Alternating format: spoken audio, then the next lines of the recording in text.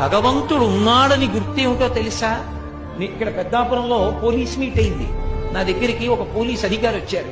వచ్చి నాకు ఆయన భగవంతుడు ఉన్నాడు అనడానికి గురువు గారు నేను చదువుకున్న చదువు నేను చేస్తున్న ఉద్యోగమే సాక్ష్యం అన్నాడు.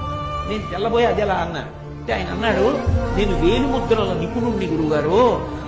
అమ్మ కడుపులో ఉండగా 4వ నెలలో వేలిముద్రలు ప్రారంభమవుతాయి.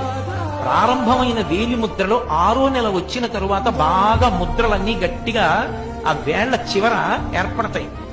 అమ్మ కడుపులో 6వ నెలలో ఏర్పడినటువంటి వేలిముద్రలు మళ్ళీ ఎప్పుడు పోతాయంటే శవమైపోయిన తర్వాత కూడా పోవు.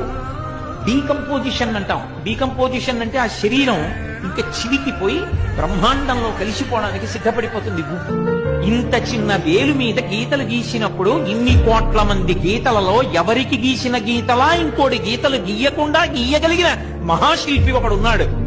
వాడు లేకపోతే ఈ గీతలు ఎక్కడి నుంచి వచ్చాయి? వాడు ఉన్నాడనడానికి నువ్వు ఎక్కడికో వెళ్ళక్కర్లేదు. నీ వేళ్లు చాలు, వేలి మీద గీతలు చాలు. నేను ఎన్నో కాగితాల మీద ఎన్నో వ్రాతలు రాశాను. అవన్నీ నీళ్లు పడితే చివికిపోయి తడిసిపోయి అక్షరాలన్నీ కూడా ఇక కనపడకుండా పోయాయి. కానీ పుట్టినప్పటి నుంచి కడుగుతూనే ఉన్నాను. ఏది ఒక్క గీత కడగబడిందా, పోయిందా? గీతలు గీసిన వాడు ఒకడు ఉన్నాడా?